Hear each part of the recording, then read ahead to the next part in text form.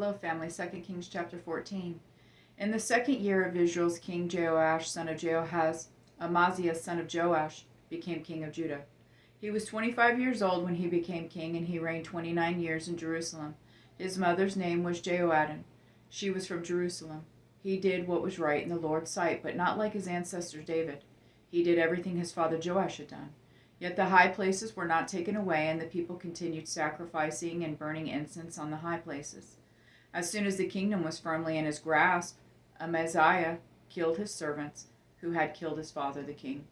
However, he did not put the children of the killers to death, as it is written in the book of the law of Moses, where the Lord commanded, "Fathers are not to be put to death because of children, and children are not to be put to death because of fathers. Instead, each one will be put to death for his own sin." Amaziah killed 10,000 Edomites in Salt Valley. He took Selah in battle and called it Joktheel, which is still its name today. Amaziah then sent messengers to Jehoash, son of Jehoahaz, son of Jehu, king of Israel, and challenged him, "Come, let's meet face to face."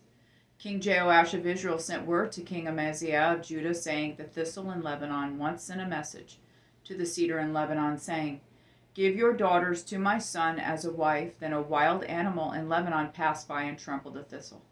You have indeed defeated Edom, and you have become overconfident. Enjoy your glory and stay at home.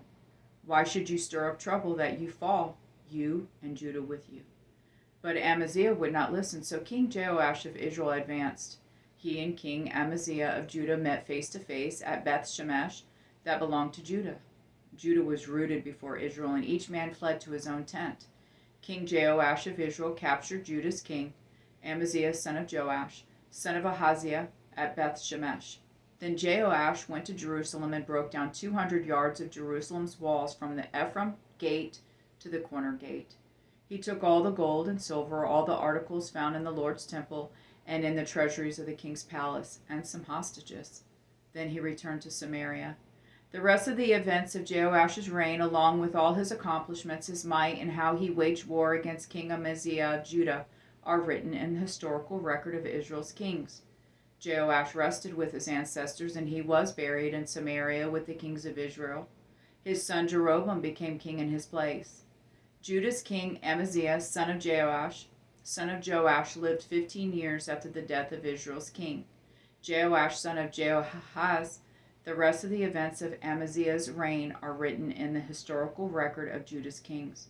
A conspiracy was formed against him in Jerusalem, and he fled to Lachish. However, men were sent after him to Lachish, and they put him to death there. They carried him back on horses, and he was buried in Jerusalem with his ancestors in the city of David. Then all the people of Judah took Azariah, who was 16 years old, and made him king in place of his father Amaziah. After Amaziah the king rested with his ancestors, Azariah rebuilt Elath and restored it to Judah. In the 15th year of Judah's king Amaziah, son of Joash, Jeroboam, son of Jehoash, became king of Israel in Samaria, and he reigned 41 years. He did what was evil in the Lord's sight. He did not turn away from all the sins Jeroboam, son of Nebat, had caused Israel to commit.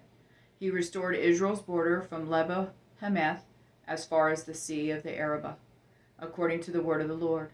The God of Israel had spoken through his servant, the prophet Jonah, son of Amittai, from Gath-hepher. For the Lord saw that the affliction of Israel was very bitter for both slaves and free people. There was no one to help Israel. The Lord had not said he would blot out the name of Israel under heaven, so he delivered them by the hand of Jeroboam, son of Jehoash. The rest of the events of Jeroboam's reign, along with all his accomplishments, the power he had to wage war, and how he recovered for Israel Damascus and Hamath, which had belonged to Judah, are written in the historical record of Israel's kings. Jeroboam rested with his ancestors, the kings of Israel. His son Zechariah became king in his place. I love you, Jonathan, Jesse, and Ryan.